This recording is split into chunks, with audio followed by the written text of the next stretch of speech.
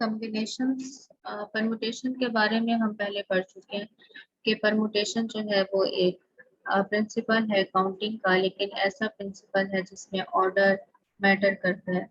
मतलब कि अगर दो एलिमेंट्स को हम सिलेक्ट कर रहे हैं, दो अल्फाबेट्स को सिलेक्ट कर रहे हैं, पहले पोजीशन पर ए है या पहली पोजीशन पर बी है, तो इससे फर्क पड़ेगा कि फर्स्ट प्लेस पर आप किस एलिमेंट को चूज कर रहे हो। ठीक है, ऑर्डर जो है वो मैटर करेगा, लेकिन कॉम्बिनेशन में ऐसा नहीं होता। ए बी अगर एक सिलेक्शन की है तो वो सिलेक्शन ए बी हो या बी ए हो, इससे कोई फर्क नहीं पड़ता। ठीक है, 5 लोग हैं, उनमें से आपने 3 को सिलेक्ट करना है, फर्स्ट सेकंड थर्ड पोजीशन ऐसी कोई नहीं है। ठीक है, तो फिर वो कॉम्बिनेशन होगी। लेकिन अगर आप कोई पोजीशन की बात करते हैं कि 5 में से 3 को सिलेक्ट करना है, फर्स्ट सेकंड थर्ड हमने उनको ग्रेडिंग करनी है, तो फिर ये क्या कहलाएगा, ये परम्यूटेशन कहलाएगा। A combination of a set of distinct objects is an unordered arrangement of these objects। ठीक है, combination जो है वो कैसे arrangement होती है, unordered arrangement होती है। आर कम्बिनेशन क्या चीज होती है कि अगर हमारे पास एलिमेंट्स की टोटल तादाद n है, एलिमेंट्स की टोटल तादाद अगर हमारे पास n है और उनमें से हम r को चूज करना चाहते हैं। ठीक है, टोटल तादाद n है लेकिन हम चूज कितने करना चाहते हैं, r, तो ऐसी जो कम्बिनेशन बनती है उनको हम r कम्बिनेशन कहते हैं। The number of R combinations of a set with n elements, total n, total तादाद n है एलिमेंट्स की, और उनमें से हम R को सिलेक्ट करना चाहते हैं, तो ऐसी कम्बिनेशन R कम्बिनेशंस कहलाएंगी। और डिनोट कैसे करेंगे, C N R, C stands for combination, and total objects हैं और R जो है जिनको हम सिलेक्ट करना चाहते हैं, या फिर NCR, इसको हम डायरेक्टली कैलकुलेटर से जो कैलकुलेट कर सकते हैं। ठीक है, इस बाइनोमियल कोफिशिएंट, बाइनोमियल थ्योरम हम पढ़ेंगे, उसके अंदर यही वाले कोफिशिएंट जो हैं एनसीआर यूज होते हैं, इसलिए इनको बाइनोमियल कोफिशिएंट्स भी कहते हैं। एग्जांपल देखते हैं कि let S be the set 1 2 3 4। Set S में 4 एलिमेंट्स हैं 1 2 3 4, जिनमें से हम 3 ले रहे हैं 1 3 4। चूंकि हमने 3 लिए हैं इससे ये क्या कहलाएगी, 3 कॉम्बिनेशन कहलाएगी।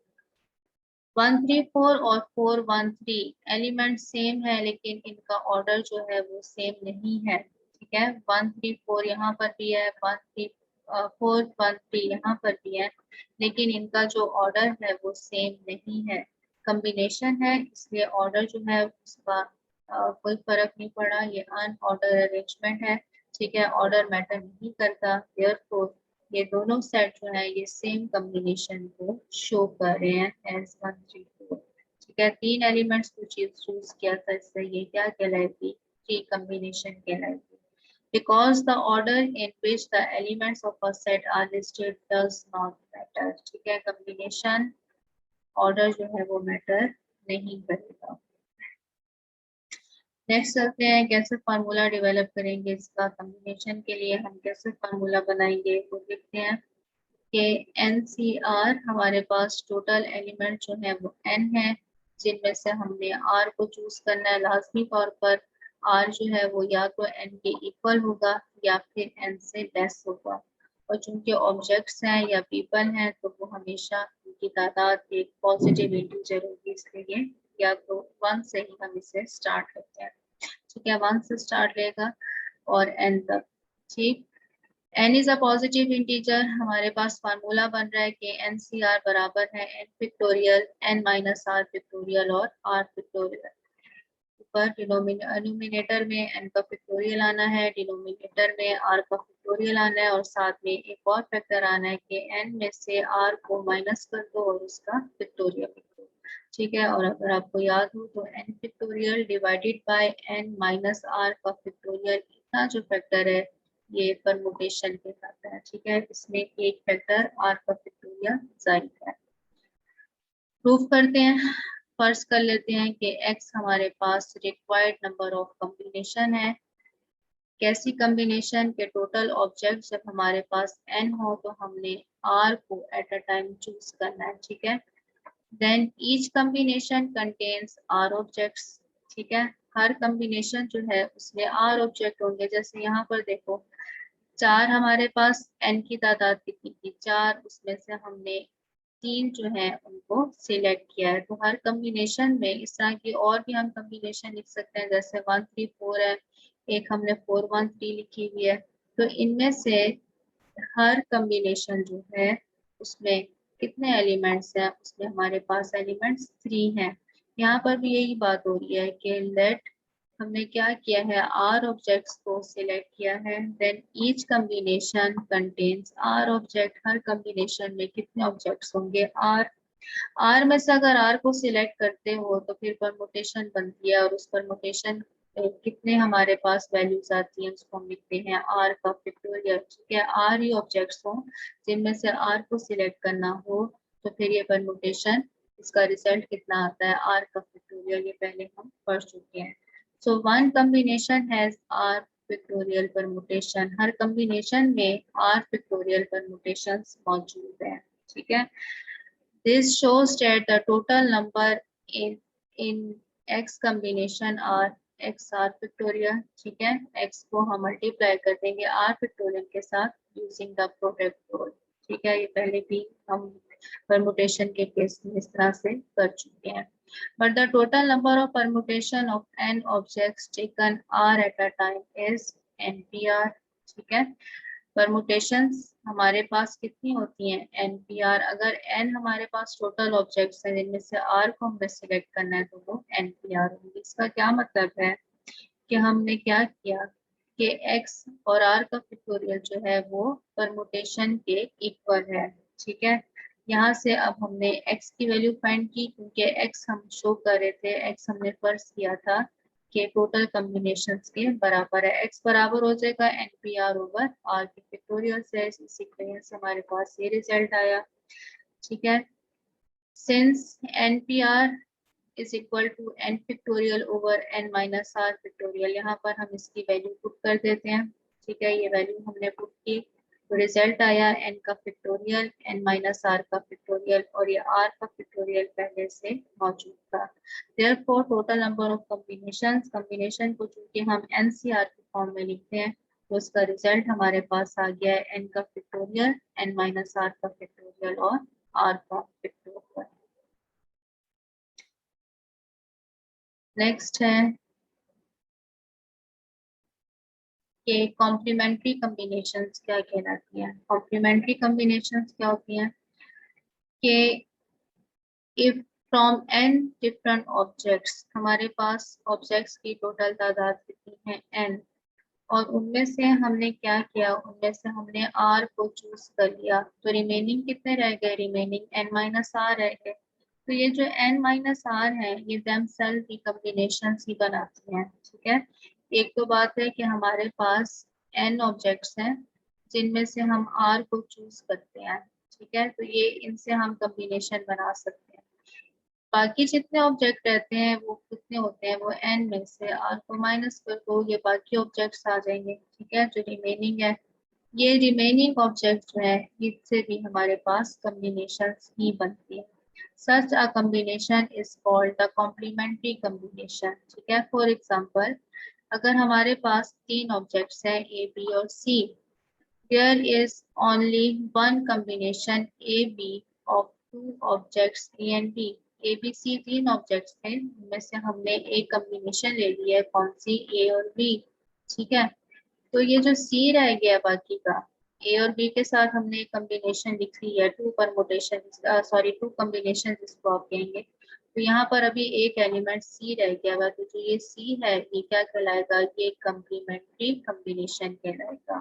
ठीक है, the combinations A B and C are complementary combination of each other। A B complementary combination है C के लिए, और C जो है वो कॉम्प्लीमेंट्री कॉम्बिनेशन है किसके लिए, A B के लिए। इनमें से हर एक दूसरे का कॉम्प्लीमेंट्री कॉम्बिनेशन कहलाएगा। Next example 25 with UL notations prove that NCR बराबर है NC n minus R। ठीक है, ऊपर देखो दोनों n है, n और n, यहाँ पर r है और यहाँ पर n माइनस r है। इन दोनों का रिजल्ट कहता है सेम रहेगा। NCR का result NC n minus r के सेम रहेगा। देखते हैं क्या सेम आता है या नहीं आता। कंसिडर NCn माइनस r, ठीक है, क्योंकि NCR का रिजल्ट तो हम जानते हैं, ऊपर हमने अभी देख लिया है कि n का फैक्टोरियल r का फैक्टोरियल डिवाइडेड बाय r का फैक्टोरियल और साथ में क्या है n माइनस r का फैक्टोरियल। तो जो सेकंड है हम उसको फाइंड करते हैं। NCn माइनस r कैसे फाइंड करेंगे? फाइंड करने का क्या तरीका है? जो ऊपर हमारे पास n लिखा हुआ है, ठीक है, न्यूमिनेटर में उसी का फैक्टोरियल आना है, n का फैक्टोरियल। साथ में क्या आना है कि इस फैक्टर में से n में से n माइनस r को माइनस कर दो, n में से माइनस करो n माइनस r और इसका फैक्टोरियल ले लो। साथ में क्या आना है? एक और फैक्टर आना है, वो फैक्टर कौन सा है? n माइनस r का फैक्टोरियल। ठीक है, आप देखते हैं इसको कैसे सॉल्व करेंगे। n माइनस n कैंसिल हो जाएगा, सिर्फ r रह जाएगा। n का फैक्टोरियल, r का फैक्टोरियल, n माइनस r का फैक्टोरियल। ठीक है, अब इससे फर्क नहीं पड़ेगा कि तुम n माइनस r को पहले लिखते हो या फिर r को पहले लिखते हो। एक मतलब कि एक नंबर ही आता है, एक इंटीजर ही हमारे पास रिजल्ट आता है। तो इंटीजर जो है वो कम्यूटेटिव प्रॉपर्टी को होल्ड कर रहा होता है। तो इससे फर्क नहीं पड़ता हमारे पास रिजल्ट किसके बराबर आ गया, NCR के। ठीक है, तो फाइंड करने का आसान तरीका है NCR। फार्मूला याद करने का आसान तरीका है कि n का फैक्टोरियल लिखो, जो ऊपर हमारे पास n गिवन है उसका फैक्टोरियल। n में से r को माइनस करो, जो नंबर यहाँ पर है उसमें से इसको माइनस करो, n माइनस r का फैक्टोरियल। ठीक है, अगर इतना लिखते हो तो ये परमुटेशन का फार्मूला है, और अगर साथ में ये जो r है इसका भी फैक्टोरियल लिख देते हो तो ये कॉम्बिनेशन का फार्मूला बन जाता है। अब n कोई भी हो, यहाँ पर r कोई भी हो, कॉम्बिनेशन हम फाइंड कर सकते हैं। नेक्स्ट है कि प्रूफ डेट, बहुत आसान थ्योरम है, बिल्कुल शॉर्ट है कि r का फैक्टोरियल NCR NPR के बराबर है। ठीक है, ये हमें फार्मूले से भी पता चल जाता है। r का फैक्टोरियल है, NCR है, हमने NCR की वैल्यू लिख दी। n का फैक्टोरियल, n माइनस r का फैक्टोरियल, r का फैक्टोरियल। अब क्या होगा कि r का फैक्टोरियल इस r के फैक्टोरियल से कैंसिल हो जाएगा। ठीक है, और जो बाकी रिजल्ट आया वो परमुटेशन का रिजल्ट है। नेक्स्ट चलते हैं। नेक्स्ट हमारे पास एक और थ्योरम है कि proof that n minus one C R plus n minus one C R minus one is equal to NCR। देख लो पहले इसमें करना क्या है, क्या इसका रिजल्ट क्या है कि ऊपर देखो n माइनस वन यहाँ पर भी है और n माइनस वन यहाँ पर भी है। ठीक है, यहाँ पर r है और यहाँ पर उससे एक नंबर कम है। n minus one, n minus one दोनों सेम है दोनों कॉम्बिनेशंस के लिए। यहाँ पर r है और यहाँ पर r माइनस वन है, तो इसका जो रिजल्ट आएगा इन दोनों कॉम्बिनेशंस को ऐड करके वो रिजल्ट कैसे आएगा कि n माइनस वन, इधर से एक नंबर ज्यादा, जो भी नंबर यहाँ पर है n माइनस वन है उसमें वन ऐड कर देना है, n आएगा। और इनमें से जो बड़ा नंबर है r और r माइनस वन में से जो बड़ा नंबर है वो r यहाँ पर आएगा। ठीक है, जो भी बड़ा नंबर होगा वो यहाँ पर आएगा। ऊपर जो नंबर है n माइनस वन, उसमें हमने क्या करना है, एक वन को ऐड कर देना है। ठीक है, अगर ये दोनों सेम है तो उसमें हमने एक वन को ऐड कर देना है।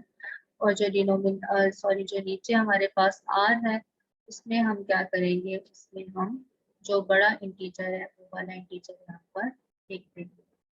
प्रूफ करते हैं, ये कॉम्बिनेशन भी लिखते हैं और सेकंड कॉम्बिनेशन भी लिखते हैं। फर्स्ट कॉम्बिनेशन लिखेंगे n माइनस वन का फैक्टोरियल। ठीक है, अब इसमें से इसको माइनस करेंगे, n माइनस वन में से r को माइनस करके इसका फैक्टोरियल लिखेंगे और साथ में हम r का फैक्टोरियल लिखेंगे।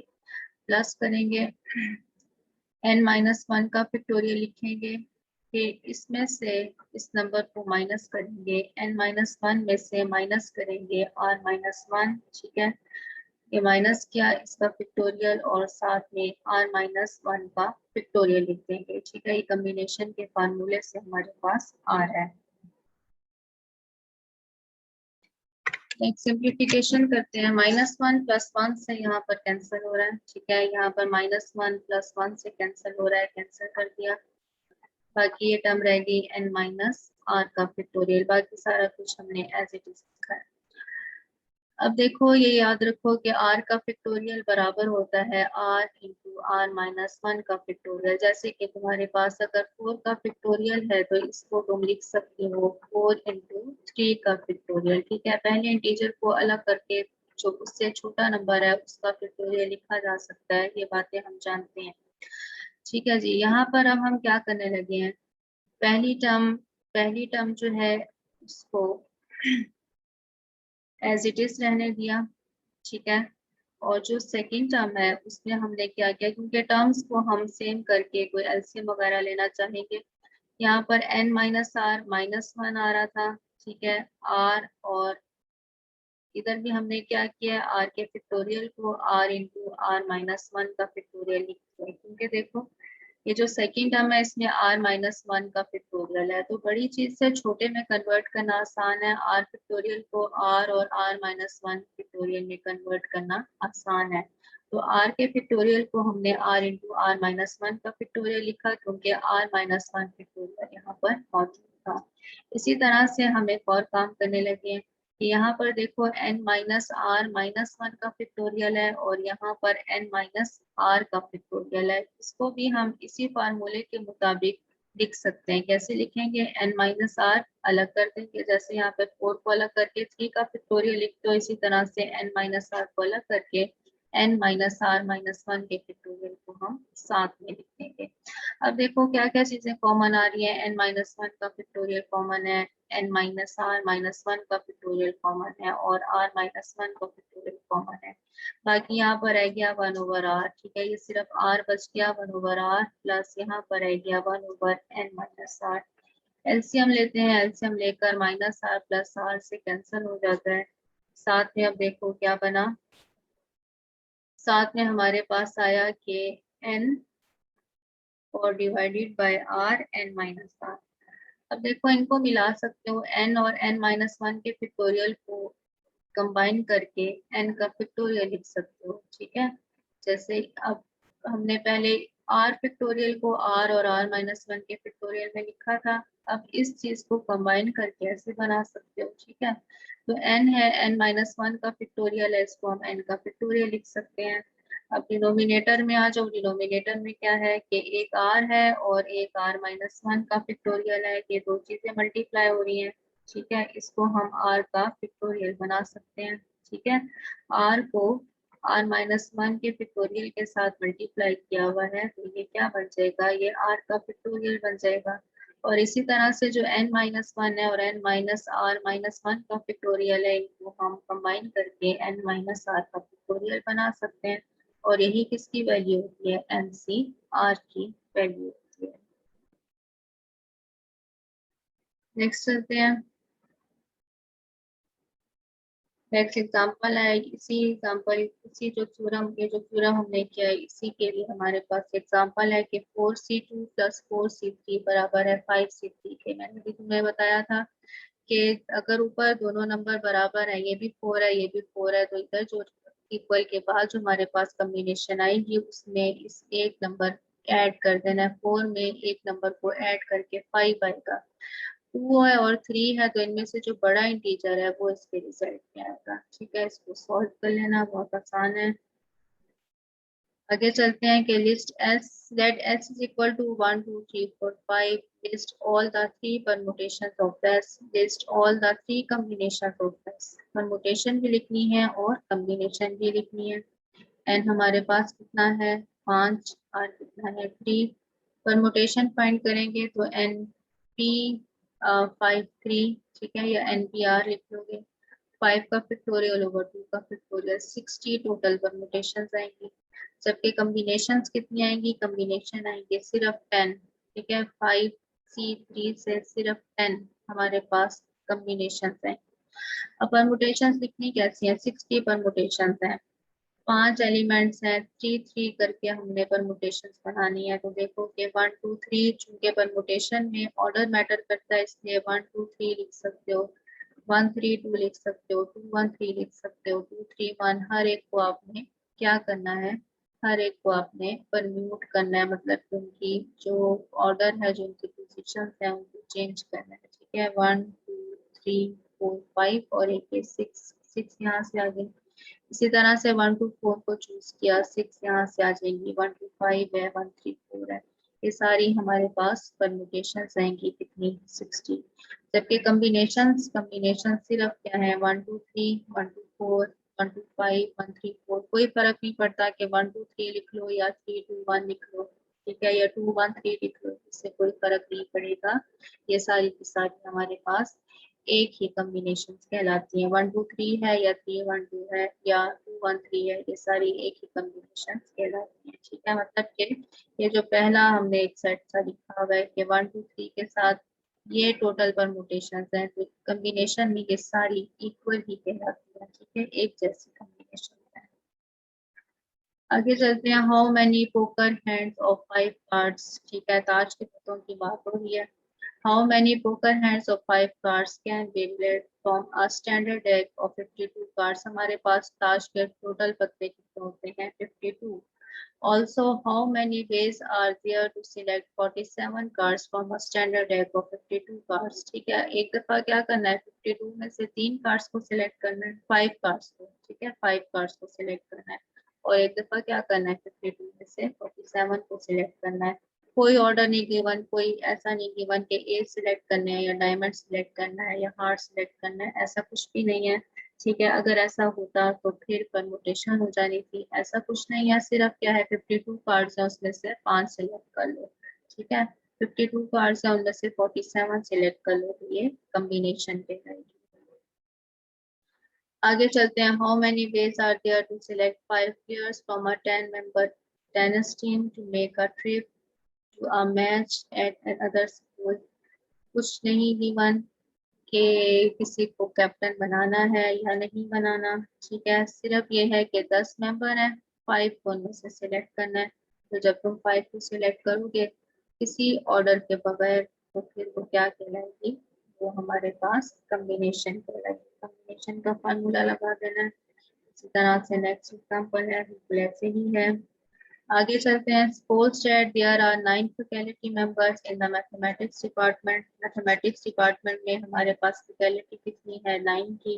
ठीक है, और दूसरा क्या है कि हमारे पास कंप्यूटर साइंस डिपार्टमेंट है, उसकी फैकल्टी कितनी है, 11। How many ways are there to select a committee to develop the discrete mathematics class.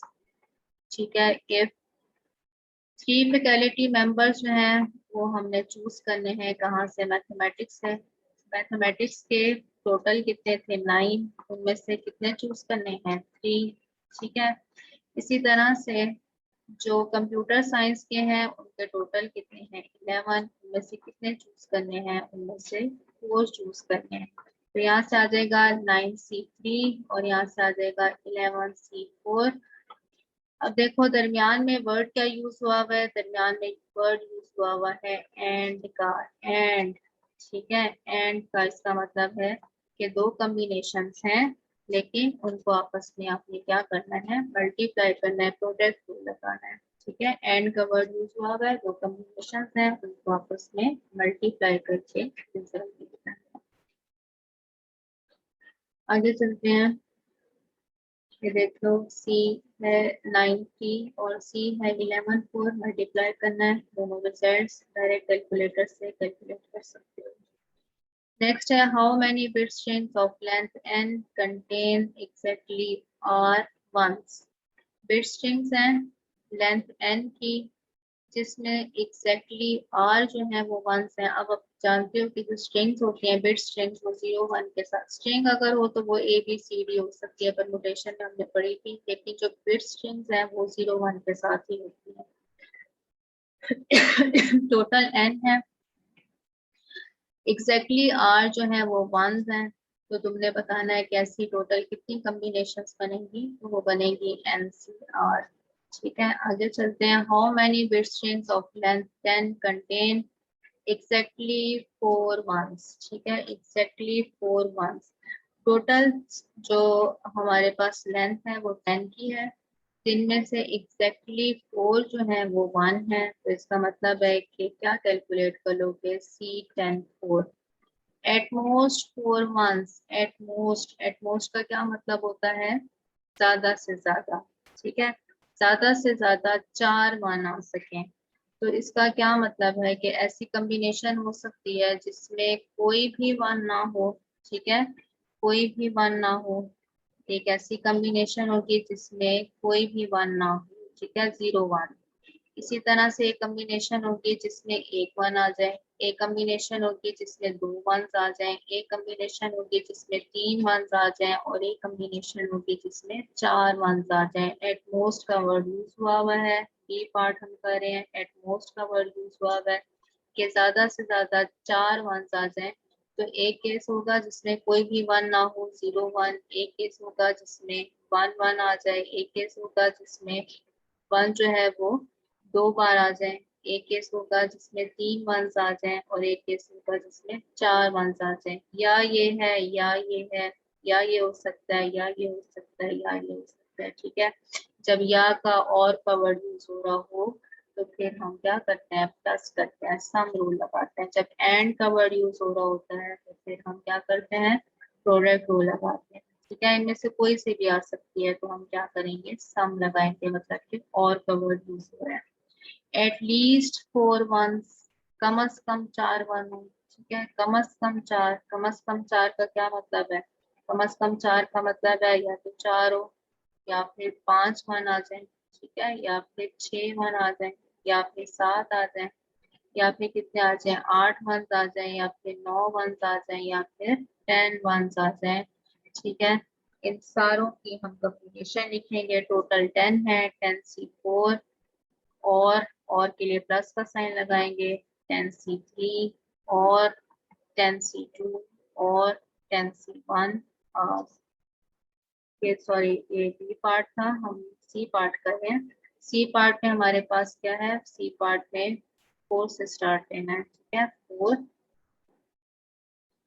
10C4, 10C5, 10C6, और कहाँ तक जा रहा है, 10C10 तक।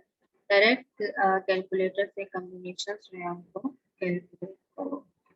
नेक्स्ट एक और पार्ट होगा, an equal number of zero and one, 0 और 1 की तादाद इक्वल हो, 10 टोटल है, 5 ही 0 और 5 ही 1 हो, तो हम क्या कैलकुलेट करेंगे, कॉम्बिनेशन कैलकुलेट करेंगे, C10 5, ठीक है। नेक्स्ट एग्जांपल बिल्कुल ऐसे ही है जैसे भी हमने किया। नेक्स्ट है कि a group contains n men and n women, ठीक है, एक ग्रुप में n ही men है और n ही women है। How many ways are there to arrange these people in a row if the men and women alternate? हमने क्या करना है, एक रो बनानी है जिसमें men और women जो है वो alternate बैठे, एक men हो, दूसरी women, फिर men, फिर women, इस तरह से हमारे पास आए। अब देखो कि एन मैन कितने हैं, मैन हमारे पास एन है, एन में से एन को सिलेक्ट करना है, कोई ऐसा नहीं कि वन के एन में से 4 सिलेक्ट करने हैं, एन में से 5 सिलेक्ट करने हैं, जितने एन है उन सबको हमने रो में बिठाना है, ठीक है, अरेंज करना है। अरेंज करना है एन में से एन को, तो टोटल परमुटेशंस कितनी आएंगी, एन पिक्टोरियल 4 मैन, ठीक है। इसी तरह से एन ही वुमेन है, तो क्या है कि एन में से एन को ही हमने बिठाना है, अरेंज करना है, तो हमारे पास टोटल परमुटेशन कितनी आएंगी, एन का फैक्टोरियल। अब लेकिन दो केस है, एक केस है कि जो रो है उसको आप शुरू करो मैन से, ठीक है, मैन से शुरू करो, पहले नंबर पर मैन आ गया, दूसरे पे भी मैन आ गया, फिर मैन आ गया, फिर भी मैन आ गया, ठीक है, एक एक केस आ रहा है, एंड सो ऑन, जितने एन है उतने हम लिखेंगे। यहाँ पर देखो दूसरा केस है कि यहाँ पे विमेन आ जाए, यहाँ पर मैन आ जाए, ठीक है, फिर विमेन आ जाए, फिर मैन आ जाए, ठीक है। इस ये दो केसेस हमारे पास बन गए, फर्स्ट पोजीशन पर मैन हो सकता है या फिर फर्स्ट पोजीशन पर विमेन हो सकती है, तो ये दो केस है। यहाँ से देखो एन पिक्टोरियल आया हुआ, जितने एन है वो सारे, जितने मैन है वो सारे ही हमने अरेंज करके बिठाने हैं, जितने विमेन है उन सारों को हमने अरेंज करके बिठाना है। तो एन में से एन को ही चूज करोगे, परमुटेशन आएगी एन का पिक्टोरियल, यहाँ पर भी एन का पिक्टोरियल, प्रोडक्ट रूल लगाओगे, ये दो वेज हैं, टू डिफरेंट वेज हैं और n का फैक्टोरियल आपस में मल्टीप्लाई हो जाएगा। ये रिजल्ट आया n का factorial multiply by 2 2n factorial का स्क्वायर आ गया। सूर्य दरमियान कितने लिखने की जरूरत नहीं है, डायरेक्ट। अगला काफी आसान है। नंबर गिवन है 100, उसमें से 2 सिलेक्ट करने हैं, कॉम्बिनेशन लगानी है। ये एक लास्ट एग्जांपल देखते हैं कि क्लब हैज 25 मेंबर्स। ठीक है, क्लब में 25 मेंबर्स हो गए।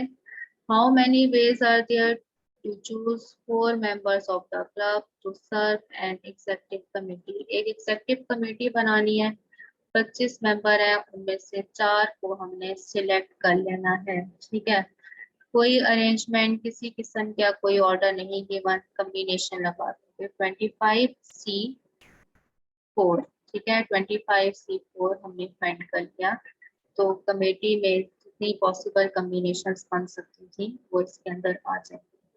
बी पार्ट देखा, how many ways are there to choose a president. अब देखो ऑर्डर की बात हो रही है, प्रेसिडेंट है, वाइस प्रेसिडेंट है, सेक्रेटरी है एंड ट्रेजरर है ऑफ द क्लब। 4 मेंबर ही हैं, लेकिन अब हमारे पास क्या है, कुछ ऑर्डर आ रहा है, कुछ अरेंजमेंट में ऑर्डर आ रहा है। प्रेसिडेंट है, एक को वाइस प्रेसिडेंट बनाना है, एक को सेक्रेटरी बनाना है, एक को ट्रेजरर बनाना है। उसका मतलब है कि परमुटेशन लगाओगे, 25P4 कैलकुलेट करोगे तो इसका रिजल्ट आएगा। ठीक है, ये कम्बिनेशन और ये परम्यूटेशन आ गया।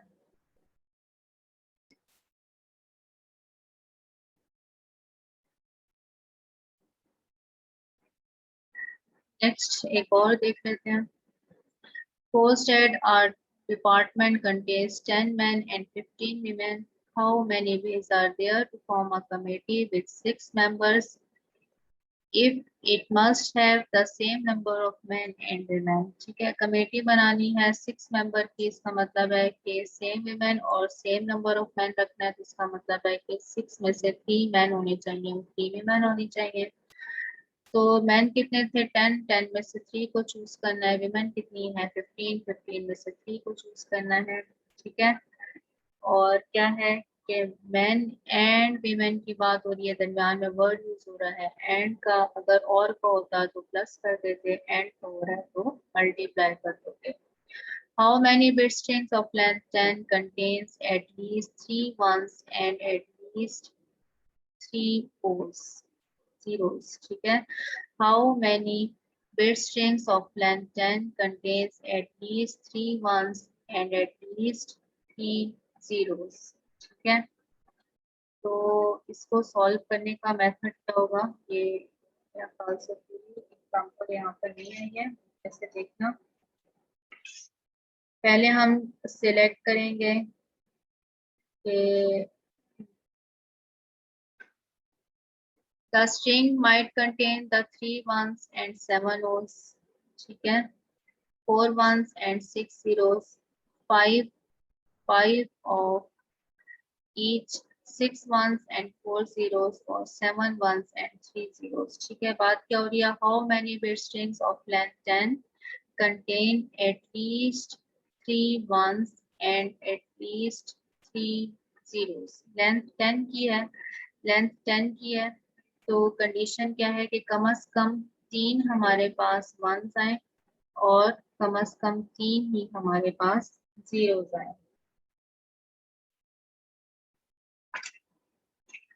ठीक है, तो किस तरह से करोगे, 10 में से 3 हमने चूज कर लिए, प्लस 10 में से 4 चूज कर लिए, 10 में से 5 चूज कर लिए, 10 में से 6 चूज कर लिए, 10 में से 7 चूज कर लिए। ये रिजल्ट आ गया। अब इधर देखो हमारे पास ये जो रिजल्ट आ रहा है, क्या हर एक में ऐसी सूरत बन रही है कि हमारे पास 3 वंस आ रहे हैं और कम से कम 3 जो है वो हमारे पास जीरोस आ रहे हैं। ठीक है, तो 10 में से अगर तुम 3 जीरो सिलेक्ट कर रहे हो, यहाँ पर 10 में से 4 जीरो सिलेक्ट कर रहे हो, तो लाजमी लाजमी तौर पर ये कंडीशन आ रही है कि 10 में से अगर 4 जीरोस हैं तो लाजमी तौर पर यहाँ पर क्या होगा कि 3 वंस भी मौजूद होंगे। 10 में से अगर 5 जीरोस कैलकुलेट कर रहे हो तो लाजमी तौर पर 3 वंस भी मौजूद है, ठीक है। 10 में से 6 अगर कैलकुलेट कर रहे हो तो जो बाकी हैं वो वंस ही हैं, ठीक है। और 10 में से 7 अगर कैलकुलेट कर रहे हो, जीरोस कैलकुलेट कर रहे हो तो लाजमी तौर पर जो 3 है वो वंस ही है। यहीं पर हमारी एग्जाम्पल कंप्लीट हो रही है, ठीक है। 3 से ही स्टार्ट करेंगे और 7 तक जाएंगे। ये 3 चाहो तो 1 ले लो, तो चाहो तो 0 ले लो, लेकिन दोनों सूरतों में ये कंडीशन बन रही है कि 3 वंस कम अज कम मौजूद है और 3 जीरो जो है वो कम अज कम यहाँ पर मौजूद है, ठीक है जी। यहाँ पर कॉम्बिनेशन का टॉपिक जो है कंप्लीट